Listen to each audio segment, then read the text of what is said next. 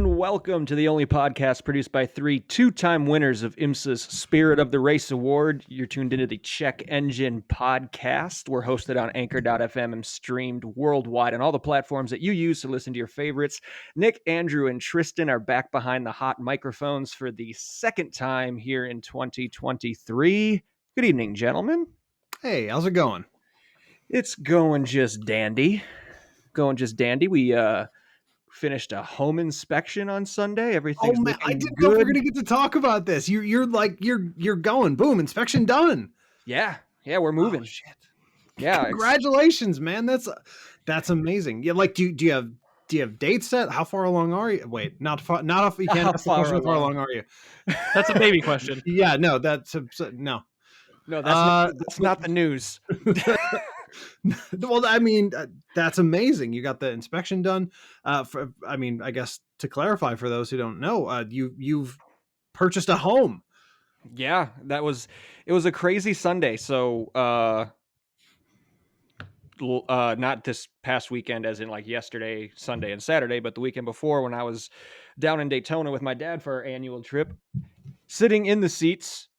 On Sunday, big race day, get a text saying that we got an accepted offer on a house. So it was a big old day. And as far as when we're moving in and all that kind of stuff, it's an interesting one because we bought the house from a teammate on my basketball team.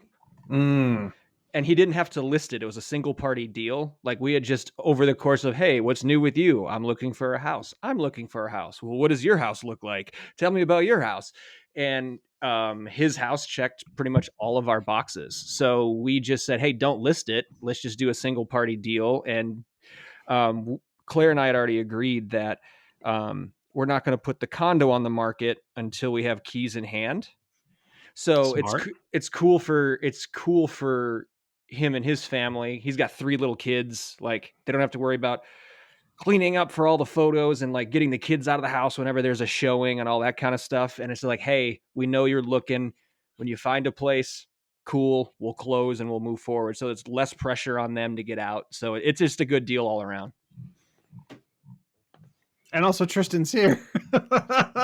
Hey Tristan. Yeah, I don't have any news. So it's just been a crummy, rainy day. My inner Celtic peasant is telling me to grab a whiskey and light a single oil lamp around my peat fire and curl up and drive out the falling damps. Well, wait though, as we were just talking about before the mics came on, you have experienced recently in that same weekend some automotive nirvana that is rare, some rare quality. Yes. I was able to actually enjoy driving in a snowstorm, which is my inner Wisconsin coming out, where I had been lucky enough to, in most people's minds, lucky enough to travel away from all of our few and far between snowstorms this year. So I hadn't really gotten my winter driving in, and it's one of those things that as a person who grew up here and learned how to drive here, driving in snow every winter is absolutely part of the thing that I look forward to every winter. And it's especially been always great in the cars that I choose to purchase and drive. And I was telling Andrew and Nick before this that like the Outback is just, the best word is a word I learned from a Star Wars game. Implacable. Just unstoppable, doesn't care. Give me 8, 9, 18 inches of snow. I don't care. You can't stop me. And it was great. That alone, I'm never going to get rid of that car if I live somewhere where it snows. So The Onyx Edition rides again. Yes. Well, I mean, so I guess I would have to ask a follow-up question. For you driving in the snow, is it like a rally car thing, or is it just like the pure survival of it that's so appealing to you?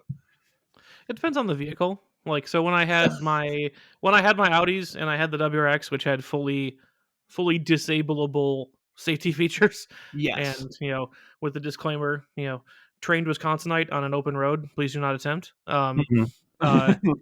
So it's, that kind of stuff. That's definitely much more of the let's slide it around as long as there's, nobody I'm going to hit, and have some fun with it. The other vehicles, some of my later Audi station wagons, my Outbacks, even the Jeep, and the 4Runner to a certain extent, that was more just machine versus the elements. The hubris of the Titanic. God himself could not stop this car. Kind of feeling. Well, Now I will hit an iceberg. So, yeah, but you it's sealed that fate.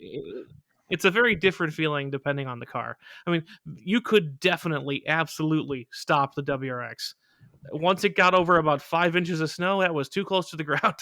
Sure. Yeah. That makes So, so the Outback, the 4Runner, the Jeep, it was much more of a haha, try and stop me, versus the woohoo of some of the other vehicles that were lower to the ground. So I don't know, man. I just don't. Interested to get your take, Andrew, on driving in snow. I don't like anything about winter. Driving in it, experiencing it. Like I just. What I mean, it gives me zero satisfaction to drive. Shame through snow, upon his house. Well, I mean, even in a vehicle that's capable like Tristan's is, like that might be a little more enjoyable, but I'm just nah. I just don't like anything about it. So interested to hear your take. I like the snow. Well, for me, winter. He's a and weird therefore guy because he likes the worst part of winter. just the cold and the snow, and that there must be some misery associated with the seasons. You know what I mean? You can't just have like a nothing winter. You need the cold and you need the misery and the blowing snow. And I like shoveling and I like clearing snow and all that that's stuff. That's the part that boggles my mind. He Well, I likes mean, we got shoveling. the snowstorm on the way to you dropped about Yes. 14 inches here, and I shoveled it all because it seemed fun and I didn't have to go to work. And it was fun. I like that, but specifically driving in the snow, I'm kind of two minds. I like doing it at times. What I don't like is other people driving in the snow around me, because one of the biggest problems that's been caused by people switching to SUVs is a bunch of people who don't know how to drive having severe bouts of overconfidence because Yep. they have all-wheel drive and their tires don't slip to remind them that they're stupid when they take off from a green light. So what that means is they're going down the road 10 to 15 miles an hour faster than they should be because they think it's not slippery, and inevitably they just almost hit you. Number one offender is not even the people in the SUVs or the crossovers, 100% the pickup truck drivers. Because at least Well, that's a problem all the time. The SUVs and everything else, they at least have a fairly good weight distribution. Unless people are actually loading the entire back of their pickup truck with sand, which no one does. Right. They actually don't have 4-wheel drive. They have like 3-wheel drive spread out across 4 wheels. And though those rear tires, may be sharing the load with the front, but they are not going to stick like they should. And that was what we experienced on our winter drive. Was we were humming merrily along and pickup trucks were spinning all over the road. Yeah, So, it do be like that. Yeah, it's been some interesting weather around here because, like I said, now Yeah. it's decided it wants to be an Irish winter, 4 degrees above freezing and raining. Hooray. Today it rained so hard, starting at like 4:30 in the morning, and it was just the way our condo's situated. The wind was just pounding it up against our bedroom window Interesting. for 2.5 hours, 2 hours before the alarm went off. It was the worst. And you guys have obviously been to my place a lot, right? So like you go out to I went out into the living room and it was quieter, but like there's still like the skylight, like you can actually see it in the camera shot right now, like above where I'm sitting. So you can hear some pitter patter there.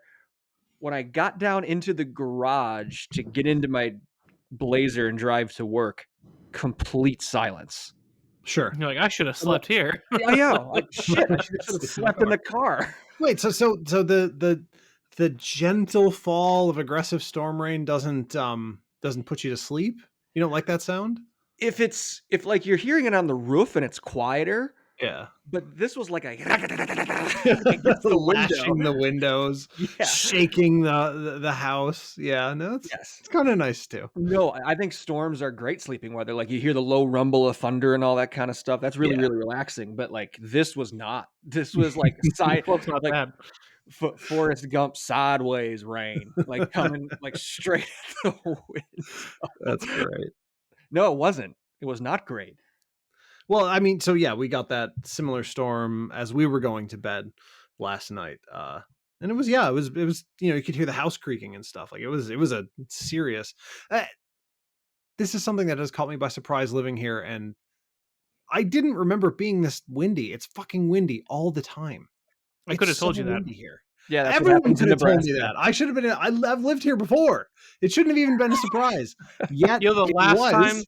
the last time that wind had anything in front of it, Rocky The Mountains. Yeah, yeah, literally.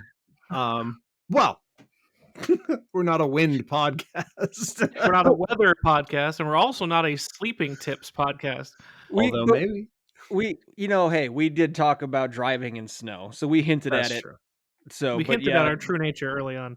Yeah, But this is what I want to get to is the racing action, because here is what I need. Here is the problem I'm having. Maybe it's because of the move, and maybe it's because I kind of so in 2021 there was racing intrigue, there was excitement. Maybe it was like the return out of COVID type stuff, but new platforms in the main series and being NASCAR and F1, it just felt like everything was cool. And the end of 2021, the disaster of the F1 championship being decided by a ref, which you never want in your sporting event, destroyed that. I wrote off last season's F1. I said, nope, I don't give a shit, because there was such good storyline and action between Fax and Lewis Hamilton the whole 2021 season. They ruined it. I was like, nope. Facts. And we're making a thing. Fax Verstappen. That is that man's name. He's 2 in a row and hot on the trail of 3 in a row. Say his name. It's Fax. So anyways, FAX. here's what I need. I need someone to tell me that it's okay to be interested in NASCAR and or F1, and for what reason. Because I feel like both of them have kind of screwed my interest over. So F1 did it by screwing up the championship. NASCAR did it by also screwing up the championship by not promoting the winner of their championship. Like, yeah, what the hell? So that's what you were at the action, Nick. You saw it. You saw cars on track. You saw it live. You heard it. You smelled it. All the stuff you love about race day. Get me back, man. Get me back to this. So what do you want to start with NASCAR because I was just there, or do you want to start with F1 because it's the biggest, baddest animal in the world right now? Let's start with NASCAR. Let's get some experiential sensory experience here.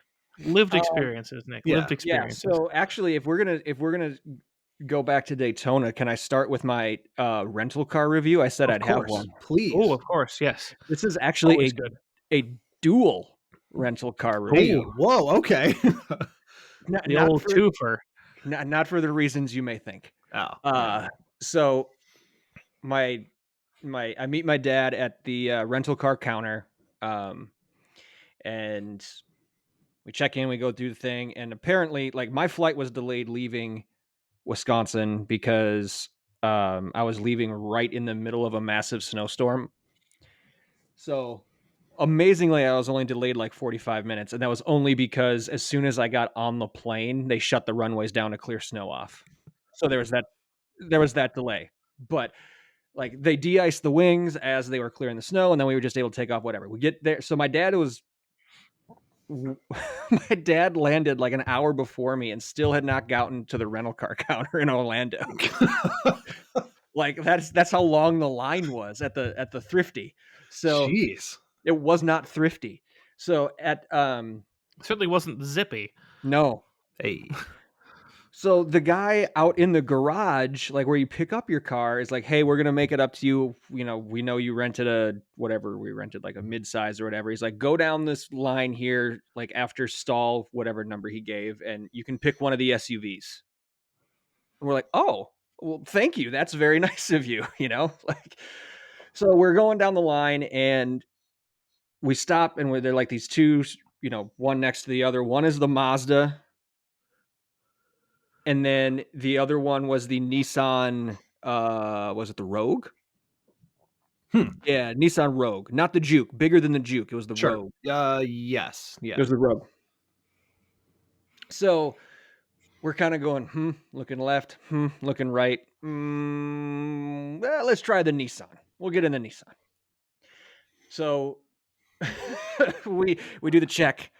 We you know, no dents, scratches, nothing that they can try to pin on us when we bring it back. We get in, we start it, and it has one of those weird gear shift mechanisms in it. It's not just like a stick. For like the knob style, or it wasn't a knob. Oh wait, no, the zero, the whatever they call the zero knob like, things that go back to the middle. Yeah. For the life of us, between the two of us, took us 15 minutes. Couldn't figure out how to get it in reverse. Yeah, it's not. Oh, those piss me off. They're not a functional way to design user interfaces. We go from park, and it like skips through neutral or skips through reverse to neutral and then back to park. Like it doesn't stop on reverse when we try to, and like, so after 15 minutes we looked over and the Mazda was still there. So we're like, fuck it. So we took our luggage out and we just hopped in the one next to it and we took the Mazda. That's great. So the Nissan was not great because you couldn't figure out how to put it in gear. I would say very safe though. You see. Yeah. If you can't drive it anywhere, it's very safe. If you purchase cars like investments and you want to keep it under a sheet, the Nissan Rogue might be great. I'm looking at the doodle, the shifty doodle. But if you want to take it shifter madoodle. If you want to take it anywhere, not the best. The Mazda was actually the interior is a little cheap, but it's also a rental, so whatever. Base model. Overall, the car rode really nice on the highway. Really smooth ride. For, you know, a small to mid-size SUV, you know, there was no lag in, like, if you needed to, you know, going around corners or anything like that. And like the drivability was really good. The only thing I kept thinking to myself as I was driving, and as like someone was choking it at the air intake. Like the acceleration was just non-existent, and the engine was working so hard to get it to 20 miles an hour. Yeah. Once he got up to cruising speed, hey, it was just fine. You need to increase the air restrictor on it, or just give a little more underneath the hood, and that'd be a really, really, really nice SUV. But let's see. Car and Driver says it has great throttle response when pulling away from stoplights or hustling around town. No. Bullshit. No, it does not. Can confirm it does not. Maybe yours was broken. Yeah, maybe it was. Maybe it was. But so anyway, got the rental car review out of the way real quick. Now we'll get to Andrew's actual question about I'm just looking at this. I'm looking at the shifter doodle on the Rogue. Mm-hmm. It even looks impossible to use. Like it just kind of, the indications on it are even unclear. It's like some sort of halfway in between system with push buttons and also a shifter. This fucking sucks. This has sucked since it originally showed up on the Prius. It's a bad system. Stop doing this. So, right, it has the thumb button for the P, which is, yes, I'm assuming the parking brake, because it also has it's actual park. Well, because it also has the yellow light that says park in between the thumb P button and the neutral reverse drive selector. Correct. Yes.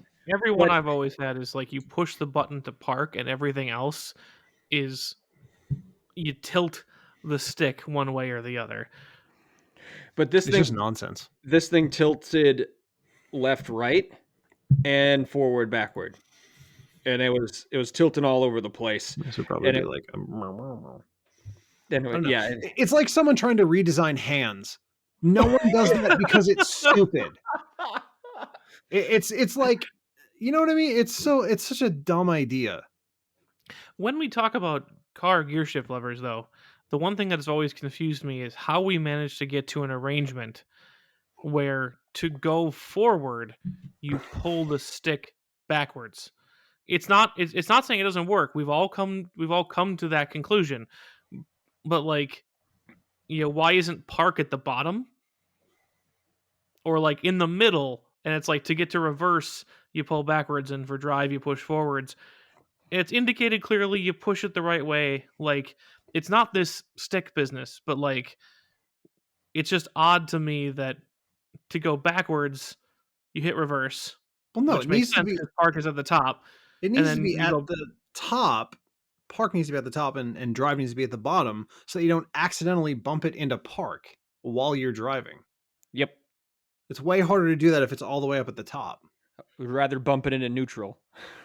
well, sure, but then what I'm saying is that like how after all of that is to go forward you pull the stick backwards. It's probably related to some nautical ship type thing. Looking at how that works. The engine telegraph Yeah, full speed ahead is Yeah. forward. you're forward. I don't know. All that stuff has some precedent somewhere else. Nothing on cars was kind of invented out of thin air, as far as I know. Right? There's always something similar in a different form of transportation that's been around before. So that would be my guess. We should go Maybe back to trains. cars with we should go back to cars with tillers. I mean, maybe. Yeah, why not? I remember that article from, I think it was posted on Jalopnik, probably almost 10 years ago now. Some NASCAR driver was like, I think your car drives too well and it should be worse because then you'd pay attention. And he was right. No one denies this. That actually is. Yeah, if the car is too good, people lose focus too easy. Yeah, absolutely. What were we talking about? Speaking of Oh. losing focus, I was Racing. Racing. Yes, Nick is the car is in reverse. He's pulled it out of the lot successfully. He's on his way to the event of all events. Yeah, the Daytona International Speedway. So let's see here. I'm trying to frame this up as to why you or other listeners should be interested in NASCAR. Yeah, not just me, year. everyone. I think for me, I'll say what I am most intrigued by, and I can't believe I'm saying this because I despise the person so much. I have a feeling that Kyle Busch is just going to go scorched earth on people this year. That's right. You are a Kyle Busch detractor. I am a absolute Kyle Busch detractor, but when you get I also respect the amount of natural talent that the guy has. Gotcha. And I also to an extent kind of respect the lack of give a fucks that he has. So he was with Joe Gibbs Racing for 15 years in that 18 M&M's car. Mm-hmm. yes, I actually remember that clearly. Yep, Weirdly enough, definitely. So Mars Candy Company announced last year that they were backing out. They were no longer going to sponsor anything in the sport. Gibbs couldn't find, or depending on who you ask, didn't try real hard to find something to replace them. Kyle Busch got released from his contract, and he goes to Richard Childress Racing. He is teammates with Austin Dillon now. And it just... When they announced the partnership, when Kyle announced his new ride, he was wearing his 2 Cup Series championship rings, like NASCAR's version of the Super Bowl rings. Yeah. He was wearing one on each middle finger. You give this guy who has won Swag. it. Yeah, you give this guy who has won between the 3 top NASCAR series 200 races Oof. with his competitive streak, his lacking of caring about what people think. He's going to play the villain. And now you put a chip on his shoulder with something to prove. Like, fresh start, new team. He is going to go ham on the field this year, I think. And I would say he was leading the qualifying race on Thursday and he got crashed. Oof. So they had to bring out the backup car, had to start dead last in the Daytona 500. He was leading the Daytona 500 with like 6 laps to go before it got all crazy and all the wrecks started happening. And that's just kind of a wild card. So, and then this past weekend at Fontana, race number 2, he won. Yeah, Like, I saw that. I was actually following that one. It's already starting, and it doesn't seem like there's any sort of new team adjustment period at all. Sure. Like, I have a feeling Kyle Busch this year is going to be almost like Larson was in his championship year in 2021, where he just wins everything. Well, I mean, we'll see the difference between the two, but just for my information, and because this is also a very valid reason to watch a sport, it's why 95% of the people are watching football because they hated Tom Brady. Why should we hate Kyle Busch? Because he's a dick. Simple and straightforward answers But- from yeah, us but- to you. But what he did. He is. You almost can't speak to it on the stuff. Like, he doesn't necessarily race dirty. Like, he races aggressive sometimes, but he's not pulling a lot of cheap shots. I think it's the way he handles himself in the media and his personality. Is he like starting fights on pit lane and stuff? He's done that before.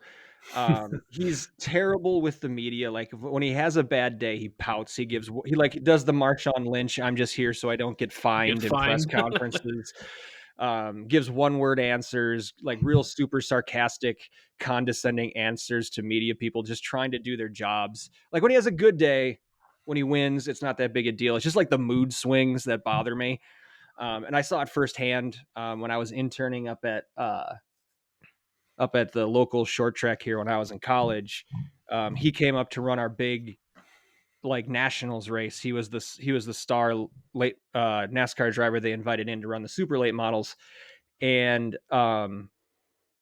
he won the race, which wasn't a surprise because he's Kyle freaking Busch.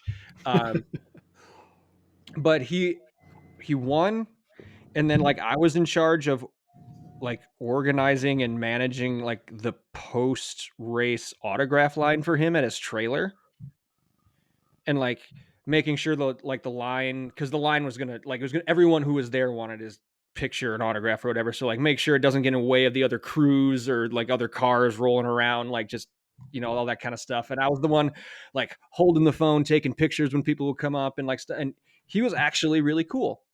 Like, he was actually very nice. He stayed until the lights shut off, signing like everything, taking pictures. He was great. Then he came back the next year and DNF'd because I think his brakes went out or something like halfway through the race, and he left before the race was over. Like, those same people are still paying to see you. Sure. Like, we paid you, I don't know what the amount of money was, but we paid you a really hefty appearance fee to be there. Like, this might be the only, like, some of these people who go to these short tracks can't afford to pay hundreds upon hundreds of dollars for a NASCAR ticket. Like, this might be their only shot at ever meeting someone like this. Sure. And for It's kind you of to a get sore loser situation. Yeah, and for you to get pissed off that your late model had a brake line go out and you not even stay and sign a few autographs, like, come on, dude. Really? Like, Well, that's ridiculous. And he's just, I just don't get his attitude. I understand being competitive. Like, you don't get to that level without being competitive, but go back to your motorhome and tear the TV off the wall in it. or like do whatever you got to do to vent, but just conduct yourself a little bit better in the public. That's my thing with Kyle Busch. Well, I'm really glad that he had a better answer than my answer for why I don't like Pat Mahomes, which is not just because I'm a Bears fan. It's just that I don't like his face. You mean, you know why. You know why. No, I genuinely don't, because there are other people that I could also Trubisky is dislike. why you don't like Mahomes. No, Yep. I could also dislike other people for the exact same reason from that same draft, and I don't. So It's because he has 2 Super Bowl rings. I mean, have you seen Kyle No. Busch's face? It's an unlikable face. It is. maybe I haven't paid that close. Maybe I won't like him either because of his face. Well, okay, so but that's one reason to watch NASCAR. Make a decision on Kyle Busch, and I have either to go look at his face and Yeah. make a judgment. Either root against him or root for him. In my case, it's more just being intrigued to see how badly he's going to kick everybody's ass this year. So if Kyle Busch is, I guess, I don't know what you want to call him, the foil, the villain, whatever, who would be the opposite? Who is there like a direct competition, or you know what I mean? Like Chase Or like Elliott. the Golden Boy Captain Chase America Elliott. figure. Okay, Chase. That is a name I do recognize. Okay, that makes a lot of sense. NASCAR, like most popular driver, 20-something, soft-spoken Golden Boy, races for Hendrick. So you have Hendrick, which is Jeff Gordon back in the Yep. day. You have Kyle Busch, which is for Childress. That's Dale Earnhardt back in the day. So now you Yep. have the good versus evil between those two Gotcha. teams. So honestly, I don't know how much of a shot Chase has this year, but Why is that? just what I just said about Kyle Busch, like there's just something he is just teeing up. He's got to go through Kyle Busch, and that's the only reason. roll through everybody this year. Interesting. No, Okay. I think what is good about NASCAR is, besides the Kyle Busch factor and choosing to either root for or against him and his personality, is going to be, there's going to be some wild cards that pop up. Like, Ricky Stenhouse Jr. won the Daytona 500. It was his first win since 2017. It was the first win for this team in maybe ever. Wow. Like that's what I mean, though. Like I think this new car, it's the second year of this new platform that they're on, and sure, some of the bigger teams have figured it out, but I think folks like whether it be a Stenhouse or someone like a Ryan Preece, who got called up as the fourth driver for Tony Stewart's team, I think could surprise some people. Trackhouse Racing had a really good year last year. But like Daniel Suarez and Ross Chastain, people really like, they're becoming more household names, but they haven't accomplished a ton yet. I think you could see them being consistently more towards the front. I mean, Ross Chastain made the championship race in the playoffs last year, but no one expected him to be there. He was the guy who did the wall ride heard around the world at the end of last year. Right. Yeah. Which NASCAR immediately outlawed, saying you can't do that anymore. All right, fine. Yeah, it's not a crime the first time. But the reason I am actually a huge fan of Trackhouse, I bought some of their gear, is their owner, Justin Marks, just because he thinks so differently. He's a new fresh blood, younger guy, sees it as a brand. Like, hey, I'm going to bring Pitbull into my ownership group. I'm not basing the team in North Carolina like everyone else. My team's based in Nashville. He said they're not going to do anything with Chastain's car that he did the wall ride with. He said they could hang a new body on it or whatever and like race it. They're like, no, we're going to set that one aside. That is a moment in time. That is a piece of NASCAR history. We're not going to touch it. We're going to leave it alone. We're not going to sell it. We're not that is an artifact for the museum someday. That's cool. Yeah, that's awesome. And like he's just thinking bigger picture than like even just the two cars that he's responsible for, so I think the Trackhouse team is there's a group that is easy to get behind. But yeah, it's I think all roads lead through that 8 car and Kyle Busch this year. Interesting. Well, you may well be right. Well, okay. So obviously personalities, storylines, that's something good, right? That's a good place to start. But how is the racing? I mean, the new chassis are what, 2 seasons, 1.5 seasons old now? Is the This is product good? this is their second season. Second season. I from last year, like obviously I'm not one counting all the time, but from what NASCAR says, there's more passes for position and there's more all of that kind of thing going on. So it seems to be working okay. The cars, the biggest issue that they found was especially in like a rear impact, um, the cars aren't dissipating enough energy, and there was a lot of concussions last year. Really? Yeah, so Huh. they credit to NASCAR. They went in and they changed some things. I don't know all the technical things about it. You can go look it up, but they like with the crush panels in the back to try to help that. But I think the one that just got me was like there was I think it was Charlotte or something later, not Charlotte because they run the road course, so they wouldn't be going that fast. Maybe Texas. Oh, one of the bigger 1.5 mile tracks later in the year.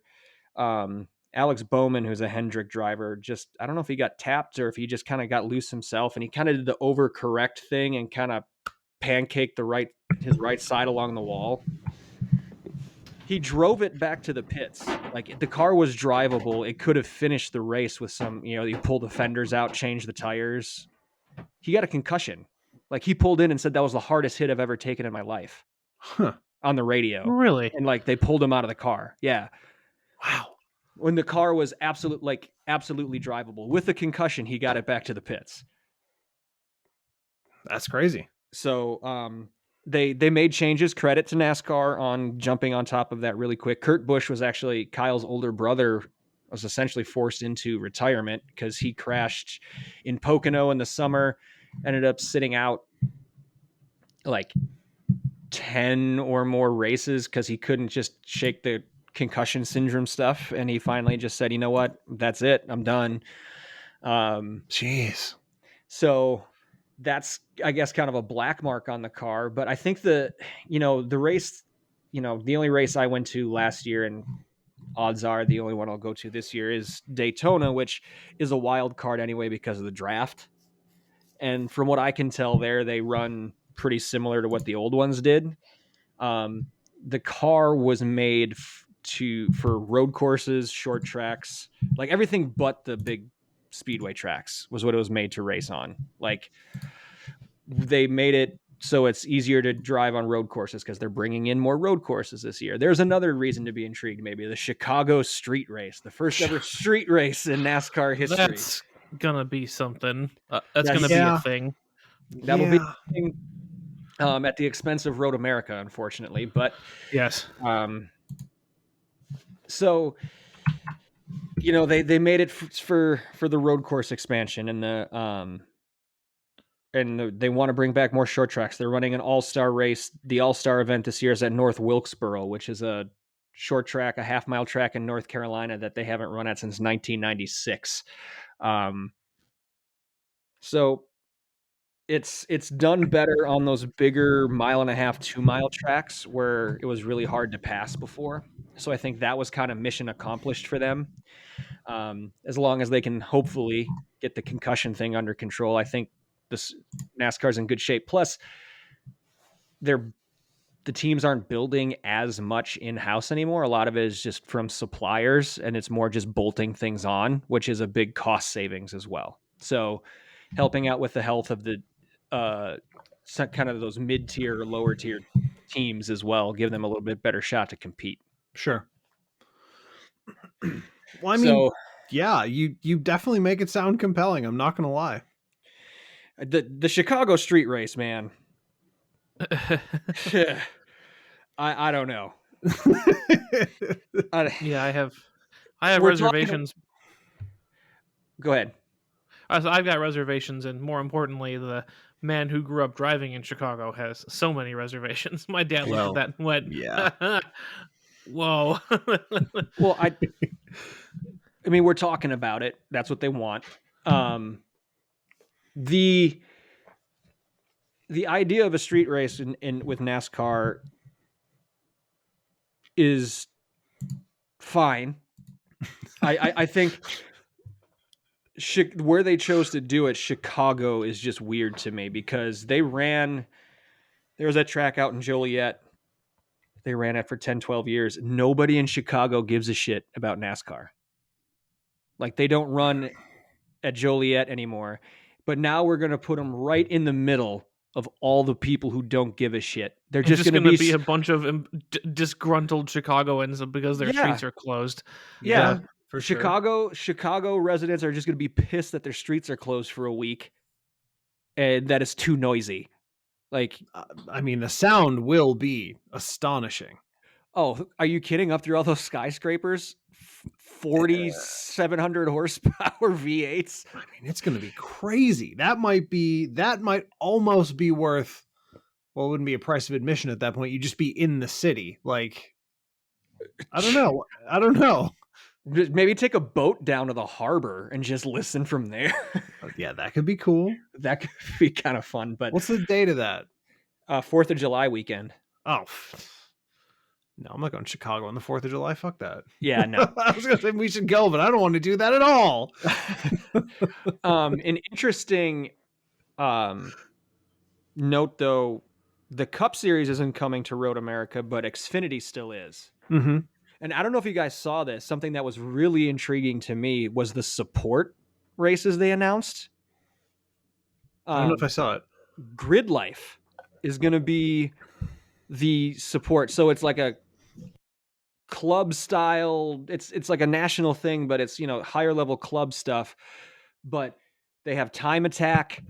They have touring car. They have drift shows. It's like tuners, right? It's like Forza Horizon in real life. Yeah, that's what I thought. Nice. It's like a festival. There's music. There's all this other stuff, and that is the support to the Xfinity race at Road America. How dare you not say it properly? #Grid Life. No, sorry. How dare you? But yeah, that I would almost go just to see the Grid Life stuff. I mean, the Xfinity race would be a cherry on top. I think I am a bigger fan of the Xfinity series than the Cup series anyway, but I think that's super intriguing. So if you're in the Midwest, and you want to see go to the best road course in the country and also see some really cool, like, home built racing tuner life style stuff going on, I think that would be a really cool weekend.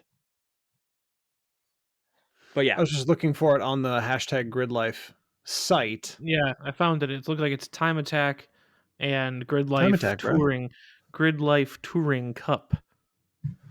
Well, no, I just ended up on their lineups page. There's a lot of Waka Flocka on here. He gets down with the #Grid Life folks, apparently. There you go. I wondered what he was doing. Grid Life. It's this. This is a really odd thing. I kind of want to see this. I would be super down to go see a Grid Life event, whether it's the NASCAR one or not. There's one at Gingerman, and they're based in Michigan. They do a lot of Gingerman. Yeah, I think the Road America one would be the best one to do, like intro style. You know what I mean? What is #Grid Life? How do you get down with #Grid Life? Oh, and I think their website isn't gridlife.com. It's grid.life. Life. Yeah. Everything's an Instagram account. Yeah. So that's those are a couple of intriguing points about NASCAR. Our weekend down there was great. Friday was annoying for the truck race, which is well, we've been to Great America together all the time. We've been to Six Flags. You know those misters they have? Yes. On hot days? That's what it was doing. So it wasn't raining hard enough for them to red flag it. Mm-hmm. So it was just enough to yellow flag it. So we sat there and we sat nice and there greasy. So we just sat there in the seats getting misted, watching them circulate under yellow for 10, 15 laps, and then the mist would stop, so they'd throw the green, and 2 laps later it would start again, and it's back to you. I was like, oh my God. I mean, it wasn't their fault. They're doing the best they can, right? But yeah, of course. and it was that weird under the radar type rain. Like it doesn't show up on the radar. It just like popped up. So Yeah, that was that's annoying. Florida for you. Yeah. But Saturday Xfinity race was really, really good. Hometown kid racing for Junior Motorsports, Sam Mayer. He's like 19 years old. Made a huge 3-wide move on the last lap to take the lead and try to win. Backfired on him, and he ended up on his roof. Oh no. He's okay. He's fine. But they needed a photo, like, because it was in like overtime, they had a photo finish, but it was in the middle of the backstretch, not at the start finish line, because that's where the yellow came out. And it was literally like an inch, like less than an inch. They had to it took them there were like 3 guys who were all sitting at the start finish line waiting to do a burnout because they were just waiting to hear for like 10, 15 minutes who it was who won. And NASCAR had to review all the videos and like all the different photo, like still images frame by frame to see. Like it was a really, really crazy finish. I mentioned Stenhouse won on Sunday. Kind of a wild card, as Bill Murray would say, coming out of nowhere to lead the pack from Caddyshack. So that was cool. It was funny. Stenhouse got introduced in driver intros, and I looked at the 2 people sitting next to me and said, over under at how many cars he wrecks today. 2.5. 2.5. There you go. Well, you got to force him to play then. You can't draw. Absolutely. So I said over under is 2.5. How many cars Stenhouse will be directly involved in wrecking? And they both said, over. Easy over. But guess what? He didn't touch anybody. His car didn't have a scratch on it. And he ended up winning the biggest race of the NASCAR schedule. Damn. Well done, sir. Well done. Yeah. So yeah, it was a good weekend. I always enjoy, if nothing else, getting out of the Wisconsin winter and experiencing 80-degree days. Hey. For 3 or 4 days is nice. So yeah. Everybody tune in.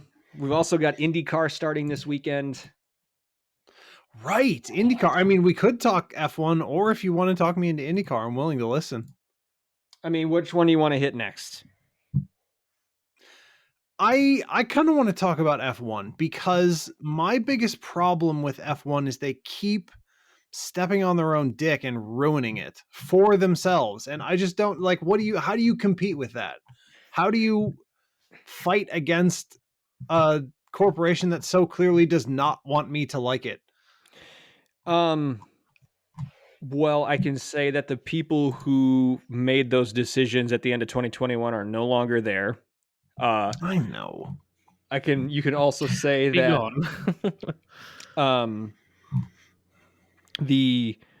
there was no need to make those kind of decisions last year because Max Verstappen won 15 races. Yeah, no, he was dominant. So I think the intrigue here for this year is Mercedes recovered? Can they come back to form?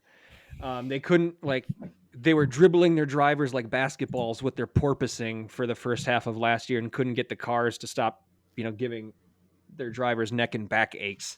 Mm-hmm. But they got that kind of dialed in towards the end of the year. George Russell actually went out and won both the sprint race and the actual Grand Prix in Brazil. It was his first career win. They were more consistent. I was just looking at the testing times from all the cars. They were all out in Bahrain last weekend doing their preseason test. Red Bull 1, Mercedes 2. So I would I think let's see in these first 3, 4, 5 races at can Lewis actually sniff Verstappen? Can he get close? Yeah, I'm just looking at the times here. If you talk about stepping on their own feet, that's Ferrari, or stepping on their own dick. More specifically, they have an entirely new race strategy team because they screwed Charles Leclerc out of like 3 or 4 wins because they couldn't never decide what tires to go on. Right. So if their car is anywhere near as fast as it was last year, it might be, and again, it all depends on what Red Bull and Verstappen do, but if Mercedes can recover and Ferrari can get out of their own way with a car just as fast, you could have a really good 3-team, 6-car fight, which would be awesome to see. I actually got up on my other screen right now. F1 just put up this social media post about the world champions that are still racing. So you got Lewis, you got Max, you got Fernando Alonso, everybody's favorite, people's champ, Fernando. and they've got their statistics up here, and I'm still flabbergasted by the stat lines for Lewis Hamilton. Yeah. Can we just go through this real quick? And also, Max is getting there. So we'll start with we'll start with Fernando. Okay, he's 41 years old, which is really old for F1, by the way. And for F1. Yeah, I just kind of went, ooh. The fact that he's still doing it at the level he is crazy. So he's been in 255 races in his career. 98 podiums, pretty good. 32 wins, 2 world championships. That's a really stellar career. Yeah. Let's flip to the other side of this graphic and go to Verstappen. He's 25. 25, and he's won 2 world championships in a row. That's crazy. So 163 career races at 25, 163 races, 77 podiums, 35 wins, 3 more than Alonso already. That's good. But here's Lewis, 310 races. Oh man. He's 38 years old. 191 podiums in 310 crazy. Races. Are you kidding me? Those are sickening numbers. Those are Dr. Mario numbers. 103 wins and 103 poles. A third of his career he started on pole or won the race. It's just crazy. Like, that's video game numbers. Yeah, it's like Rossi. Yes, it's like the doctor in MotoGP. Yeah. It's like, it's insane. It's really hard. There's no other sport really where you can get results like that because there's not a podium system, right?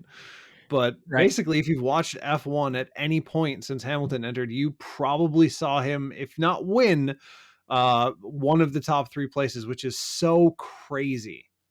So if you think about it, let's just say, I think F1's schedule is 22 races this year. So they've been up over 20 more recently. So let's just say on average, 20 races a year. Sure. He has swept pole and win in 5 full seasons of 20 races. Oh my God. Like if you add the stats up, like that's nonsense. That's nonsense. Like when Schumacher retired, it's like no one's touching any of his numbers. Yeah. And then when Lewis is putting this up, well, no one's going to touch him. And now you got Max right there at the same time. 13 years younger, and he's already at 35 wins. I said Lewis raced with Schumacher for a while, right? Oh yeah. Yeah. Yep. How many championships does he have? Lewis? Yeah. 7. 7, yeah. 7. Okay. And that's tied with Schumacher for most all time, right? Yep. Mm-hmm. So that's across how many seasons? He started when he was 19. No, 2000. Lewis was 2006 or 2007 was his first. So 16, 17 years. So I'm just trying to put this in perspective for some people with other sports, that's what I'm up to, is when you look at like other well-known goats, as they say, um, it's you can compare that easily to Tom Brady because he also has 7. But he did it in Yeah. 22 years. So Exactly. Yep. Lewis did That's it in 6 less seasons. Yeah, and it's that's that's the crazy part is like when you compare that just puts those numbers into perspective. When you look at it's easy to break it down into whole seasons. How many times have you won the whole thing? Yeah. And that's it's just it's easy to look at. It might not be the whole story. I know it's a less of a team sport, like you mentioned with Ferrari. You got to have your strategy people, your pit crew, etc. So there is a team involved, but driving is usually an individual pursuit. And then compared to like a definite team sport like football. But just to, like I said, just as a perspective window, is like 7 in 22 years versus 7 in 16 or 17 years. It's crazy. It's just crazy. Looking at Tom Brady, 75% winning percentage, 0.754. Oh, Insanity. Also, love his career rushing stat for Tom Brady, minus 150. all them sacks, yo. Yep. That's great. No, I mean, you got to pay tribute to the great ones while they're still alive, right? I mean, not that Tom Brady's likely to kick off anytime soon. In any imminent danger of death, Right, I'm far more likely to die. Yeah, me too. But it's just one of those things. You will never see again. You'll never see Rossi again in motorcycle racing. You'll never see. Well, you say you'll never see a Hamilton again, but even so, right? Even if Max is everything that he appears to be right now, you'll still never see it twice in a row, or the first black driver to do it, right? It's like all that stuff is so special. So F1 has a lot going for it. I don't want to get got by F1 again, because I feel like they have all the potential in the world to screw their own product at any moment. Over the first time there's some move in between Max and whoever, or maybe Hamilton comes up through a corner and it's the racing line. Did he yield properly? And it's like, oh wait, I hate this. I don't want to do the racing. Go around the corner. That is just going to ruin it for me. So, what might ruin it for me is if one car gets like Red Bull was last year. And it's just like, if they don't break, they're going to win it, right? So I would, you could do like a trial run. Give it to like 4 or 5 races. I take the 7-day free trial. Yeah, cancel my subscription. Give it the trial run, and if by then, if Max is 5 out of 5, and it's like, okay. But I have a feeling this season is going to be more exciting than be a little better last. Yeah. Kevin Magnussen, the Haas team is good. Gunther Steiner is an absolute legend as a team principal, and Kevin Magnussen and that crew is going to be fun to watch. Fernando, God, I love him. I do, but I don't know how much he's got left in the tank. I just think so. Like, if you think about it,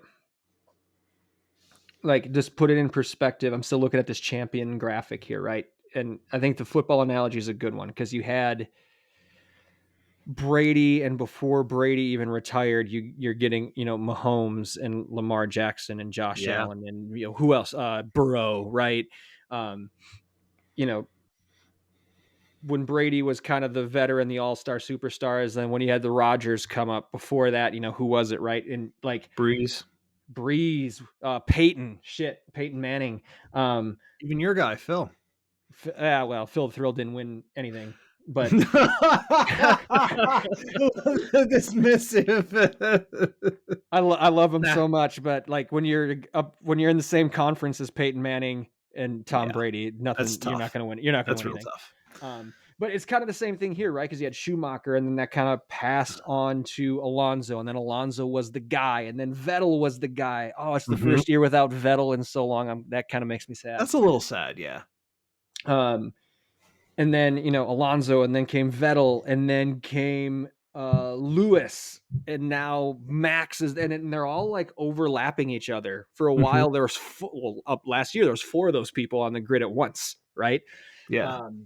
So it's like all these great drivers like are all gonna go down, and like the pantheon of like best of the best. We're all like, you're in a really good time to watch F1 right now, is what I'm trying to say. Like there's, if you just appreciate the best of the best doing what they do best, like F1 is a spot to go for motorsport right now. That's fair. Very fair. Well, what about, all right, so obviously that leads naturally into IndyCar because there's more interplay. It seems like every offseason for IndyCar, there's more teams or more drivers or more whoever who looks at F1 and goes, yeah, maybe I'll give it a shot.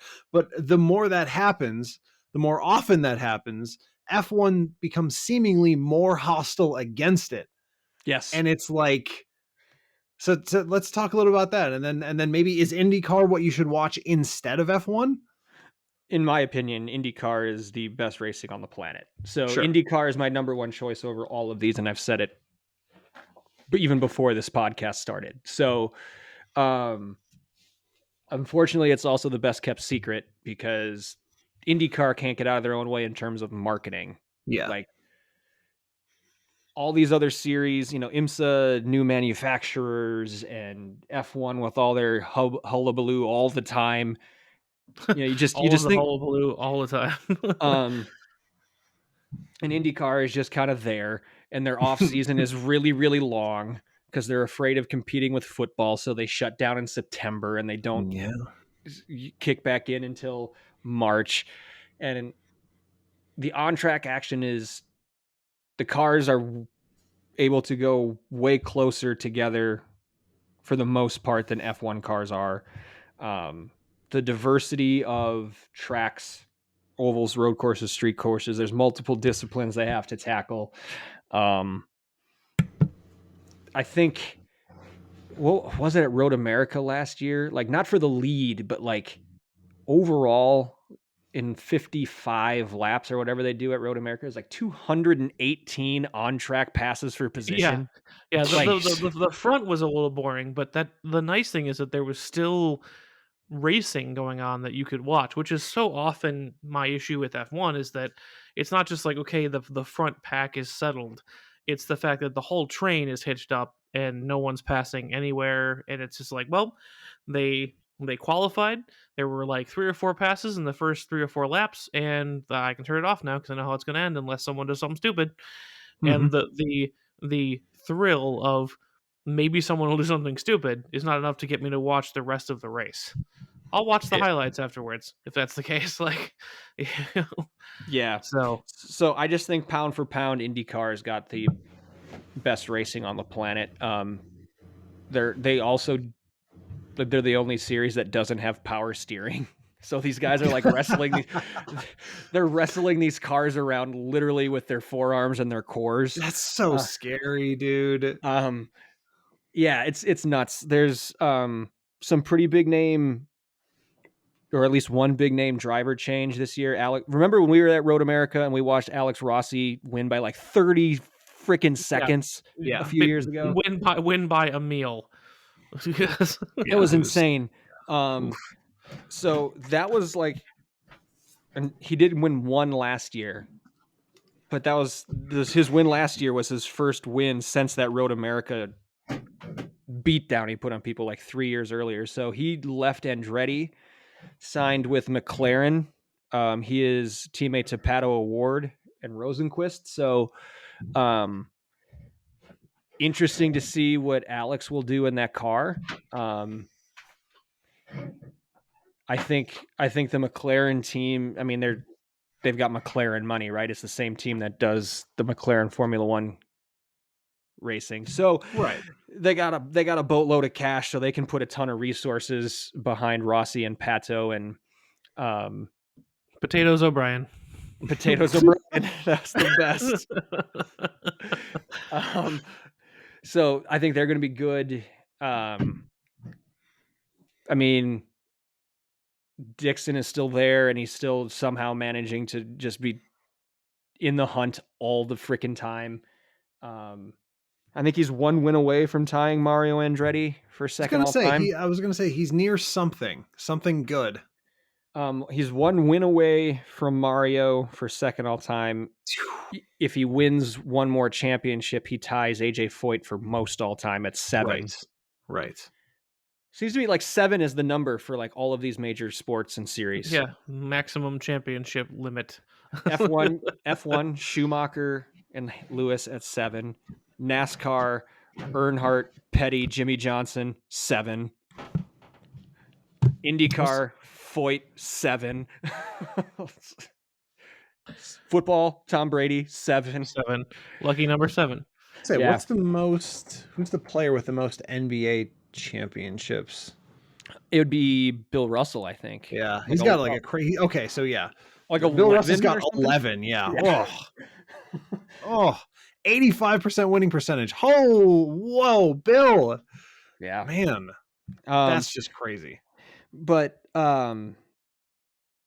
yeah, I think so. Yeah, IndyCar kicks off this coming weekend on the streets of St. Petersburg. This is looking ahead to next year already, but one big confirmed announcement and another big rumor that's going around IndyCar. So the big announcement, Kyle Larson is going to run the 2024 Indy 500. Oh, that's awesome. He's going to do the Memorial Day double. He's going to run Indy, get in a plane and fly to Charlotte and do the Coke 600. Oh, that's so great. But it's the most Kyle Larson thing ever because he's the guy who's racing 5 sprint car races a week in between his NASCAR schedule. Like he just doesn't want to be anywhere but behind a steering wheel. Yeah, it's just you gotta respect it. And he's racing with McLaren, so he's gonna have a good car. Wow. Yeah, that's cool.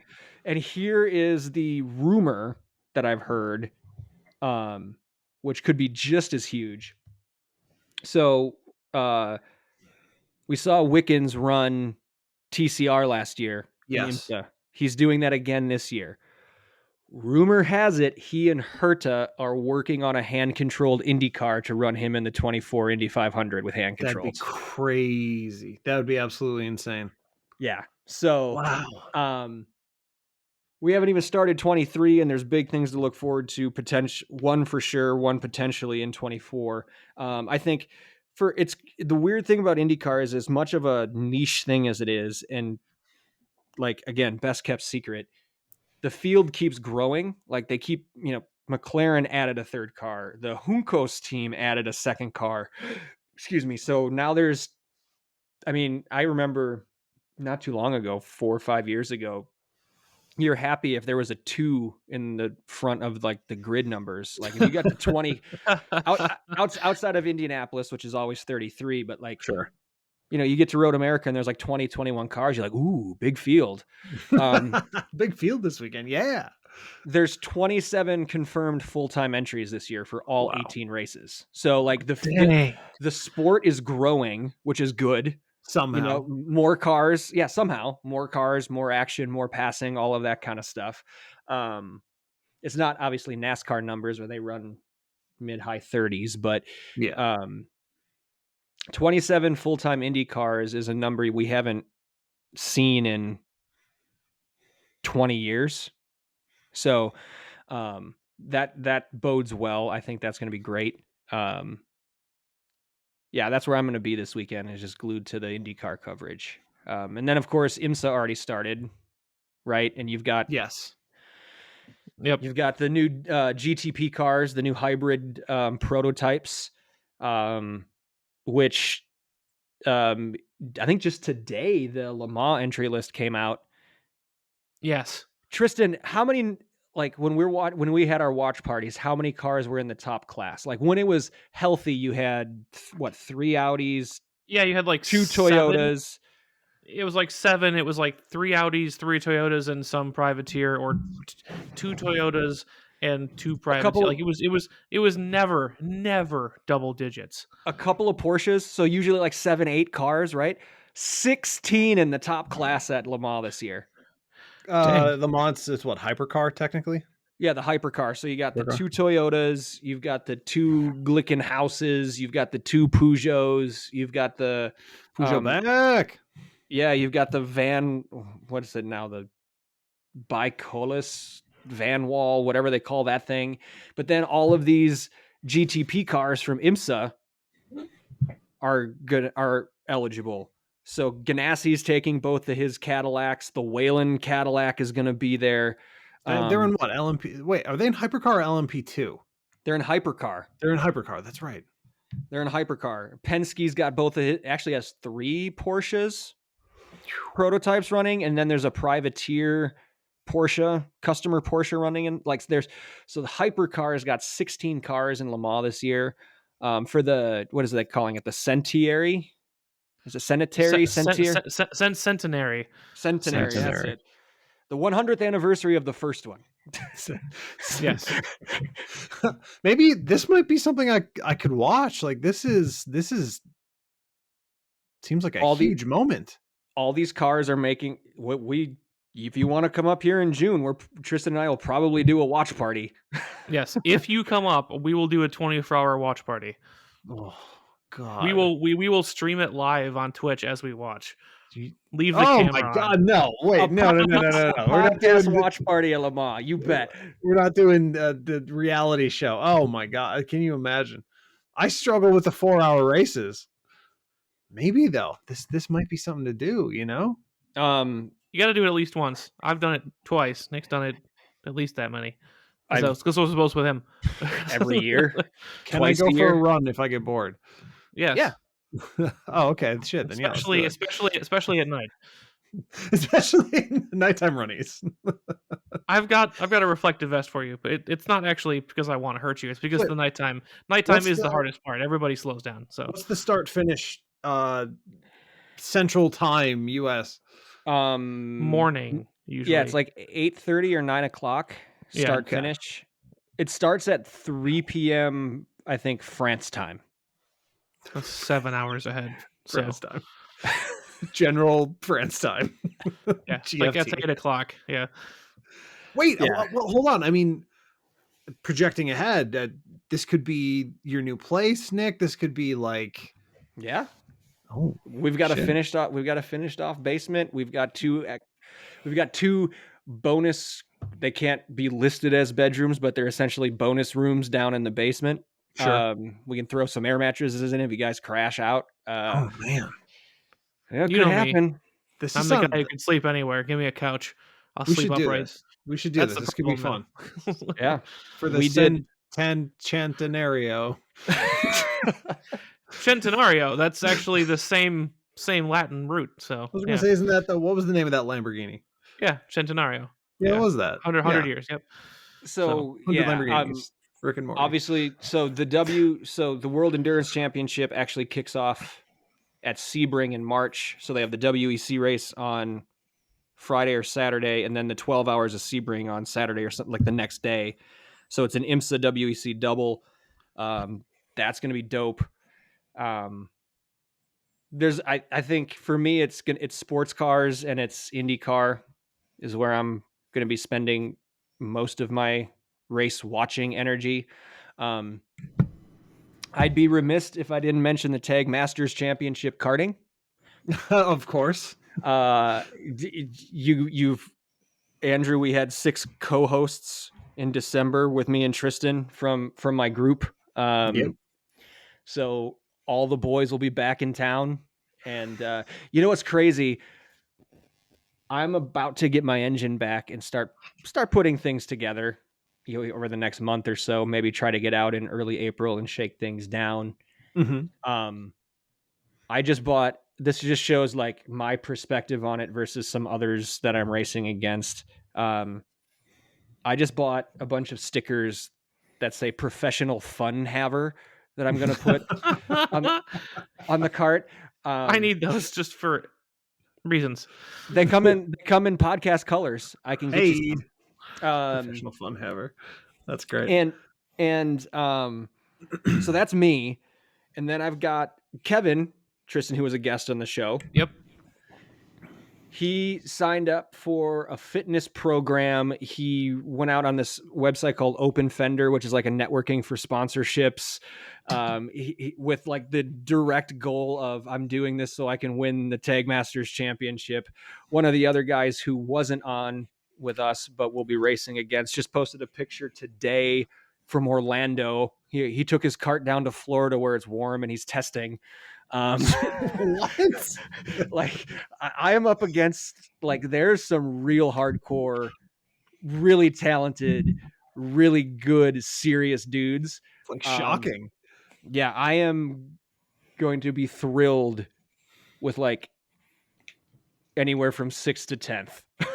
This is how it starts, though. You see the other people, the competitive drive kicks in. You say, "I could do that." He's shaking his head. Pretty No, because I specifically told myself when I got back into this after the break that I had when I moved away that that's how it was before I sold my stuff the first time. I was running like 18 or 20 times. Like, no, this is a fun thing.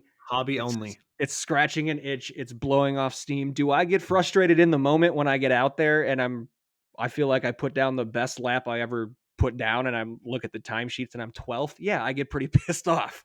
Yeah. But I just remind myself, these guys are really going after this. They're pouring a lot of money and they're really, really good. They're national level race winners. And, that's the perspective that we said that on the roundtable. Hey, the one guy that's probably going to kick our asses this year finished 3rd in the Super Nationals, which is like the biggest karting race in the world. So this guy is a podium level racer around the world in our class, and he's racing against us. So if I'm a half a second off of that guy, that's not so bad. Yeah, that's not so bad. Yeah, it's not bad at all. So perspective. It's all about perspective. I am a professional fun haver. That is. Well, put one in the middle of your steering wheel then.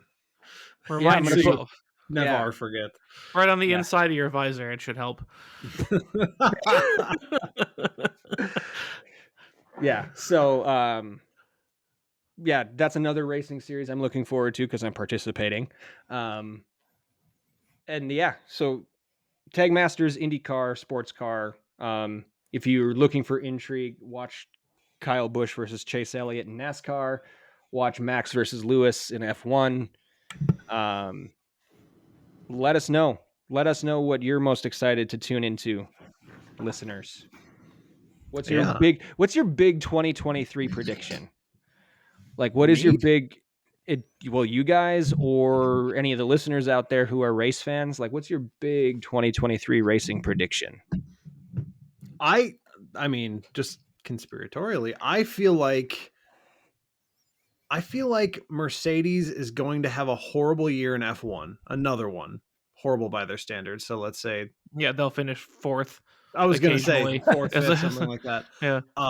And Hamilton's going to move somewhere next year. And it'll be something weird. Move. It'll be a Ferrari. It'll be obviously not Red Bull, but it'll be probably the number 2 team, right? So let's assume it kind of goes like last year, right? Max runs away with it, or even just wins by, a healthy amount of points, not dominates the whole season. Mercedes ends up in 4th. I think Hamilton goes somewhere, probably the 2nd place team, setting us up for a fabulous 2024. Well, let's take that even a little bit crazier. If you're Red Bull, oh God, no! Oh no!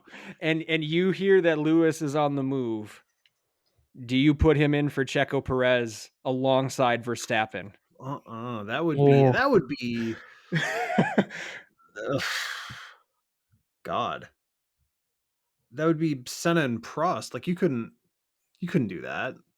So I would think too. Senna, Prost, like, just the team would implode. Yeah, I don't think Yeah, under its own gravity.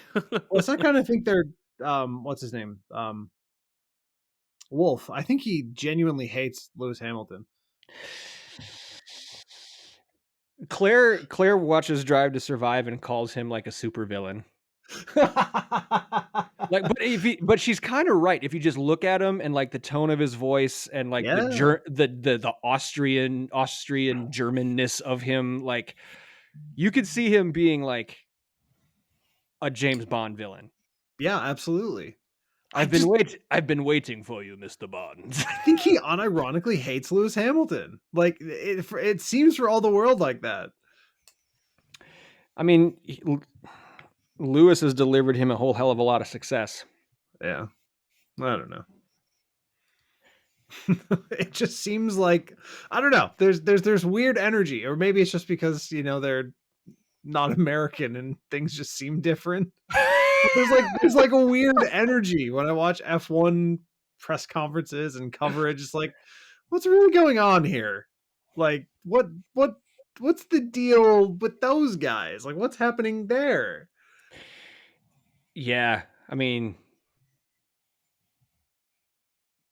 the team principals are dealing with, like, that sport is so ruthless.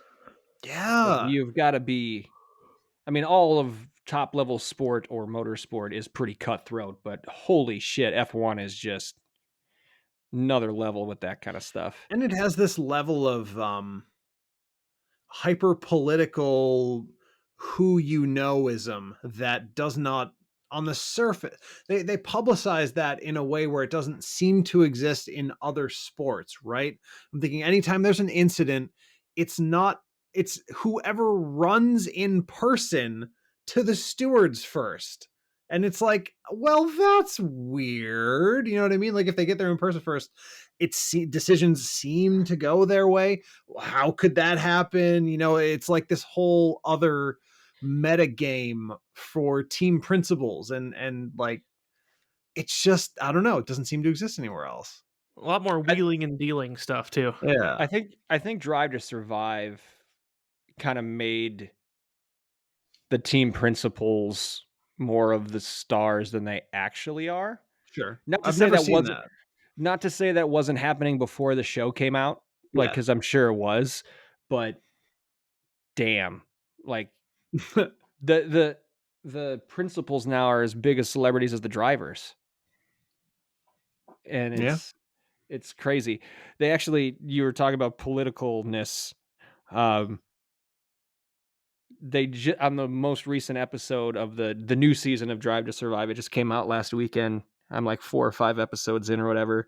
The bouncing, the porpoising was a thing. Yeah. Right. Mhm. And That's seals, sir. To make a noise. You So, make a but- porpoise noise. the cameras actually caught Lean into the microphone and make a porpoise noise. A little That's callback right. there. Yeah, there you go. A little callback. The cameras actually caught, they were in a team principal meeting, and the cameras, like, it devolved into just a straight up shouting match between all of these team principals.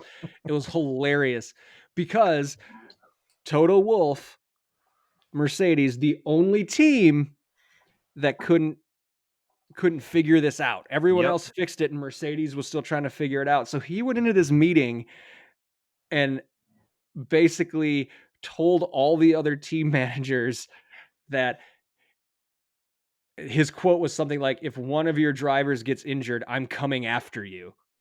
Like, so he turned it into he said, "You're playing a dangerous game and you're turning this, you're ignoring driver safety." Like, because he couldn't get his engineers to figure it out, he decided to politicize it as jeopardizing driver safety for the entire grid. Wow.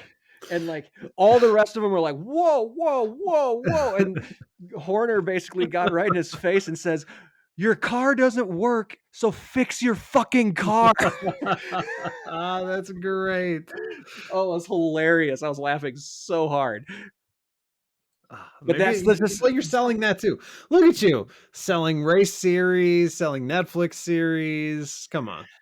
Yeah, I got it bad, boys. If it's on, I'll watch it. In marketing, it's what he does. That's true. That's true. He's a pro. I can't help but sell shit. Well, you're good at it, so. Oh, thanks, man. Okay, I mean, I think, yeah. I think So, I'm Andrew, convinced on a lot of that. will you at least watch the first few Formula One races just to see? Just give it a trial run.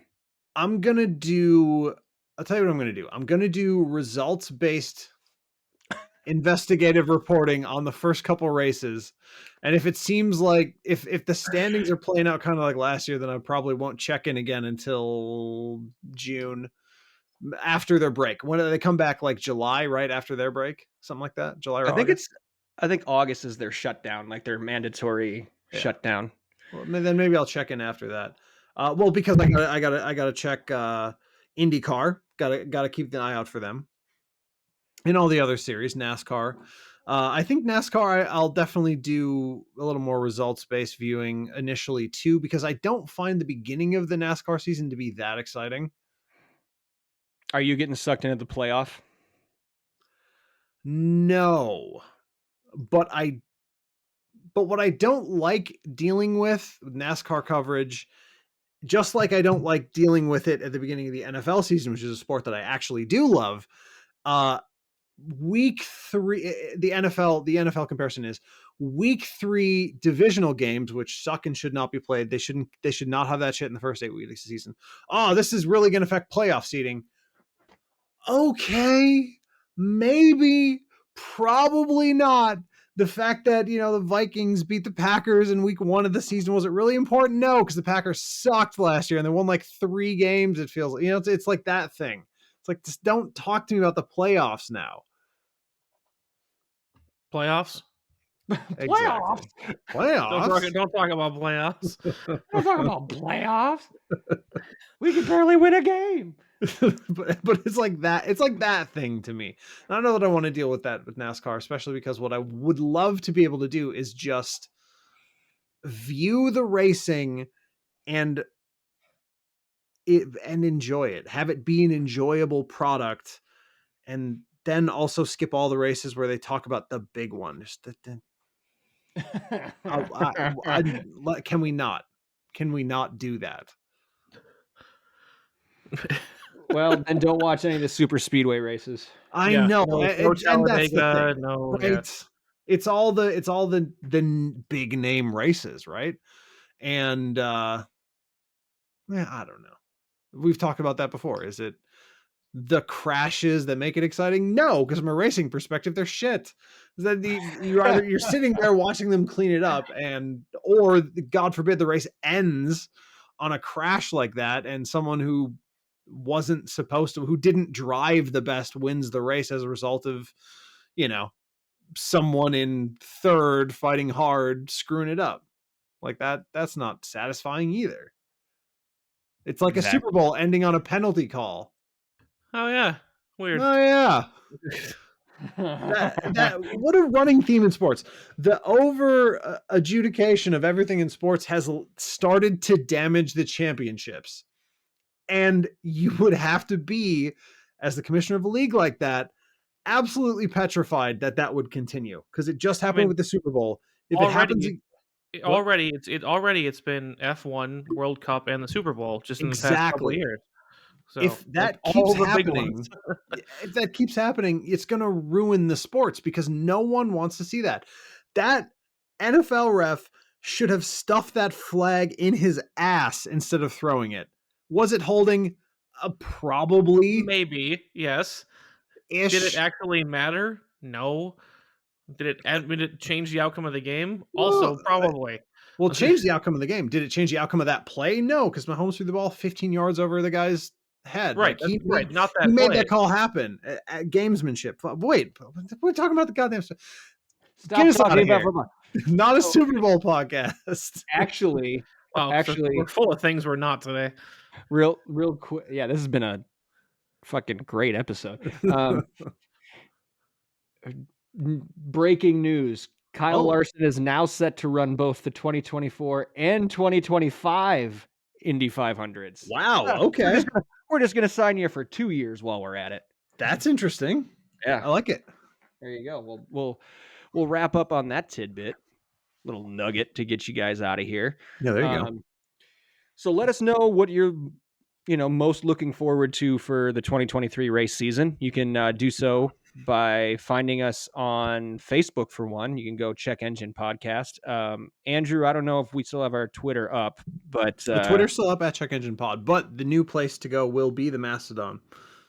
yes, Mastodon. Yes, I have finished our Mastodon account creation, followed a few people, posted a few things. You can find us now if you are, a real nerd and you know what all these things mean. You can find us at Check Engine Podcast at mastodon.social. So that's our Mastodon account. Andrew, I can give you the keys anytime. Yes, please. But I did make that early last week, so we're ready to go there, and we are still on Instagram at Check Engine Pod. So be sure to like, follow, share, post, DM, reach out how and when you can. You can ask us questions to answer here on the show. Let us know what you like or dislike. Give us topic ideas, anything you want. Thanks in advance. If you're really into what we're doing, on whatever platform you're listening to us on, leave us a review, preferably a good one, and or hit that subscribe button. It's free, and you're going to get notified of anything any new content that we put out into the universe for you. If you're really, really into what we're doing and would like to support us monetarily, and why wouldn't you? You have two. You have two options. Again. Yeah, you have two options for that. You can go to patreon.com/Check Engine Podcast, or you can find that support button on our homepage at anchor.fm/Check Engine Podcast. Every cent pledged is put towards making this show a better one for you, and none of it goes back to us personally. So again, many thanks in advance for that. Any thank yous before we sign off? I mean, I'd like to thank Nick, because not only is he the most committed to racing out of everyone in this podcast, but he also knows his shit. So it's not just for show. He knows the fields, he knows the storylines, he knows the main characters. It's impressive, man. No, thank you. Thank you very much. I don't have anything this time. This is the one part of us being gone for so long that I'm still rusty with, is the thank yous. It was obvious, a couple weeks ago. Andrew took the nice one today. I don't necessarily have much other than, hopefully, I wish to soon thank the lovely Mastodon community for allowing us to join and being a great place to be. So let's live up to that, please. All I right. look forward to a future thank you someday. And I would like to thank my teammate Steve and his wife Therese for letting Claire and I buy their house. Yeah, that's a good one. That's real good. That's pretty cool of them. So yeah, thanks. Oh, man. Thank you to the Morel family. And then as always, thank you listeners for your continued support. We love hearing from you. We love recording this for you, and we cannot wait to speak to you again. Until we do, take care.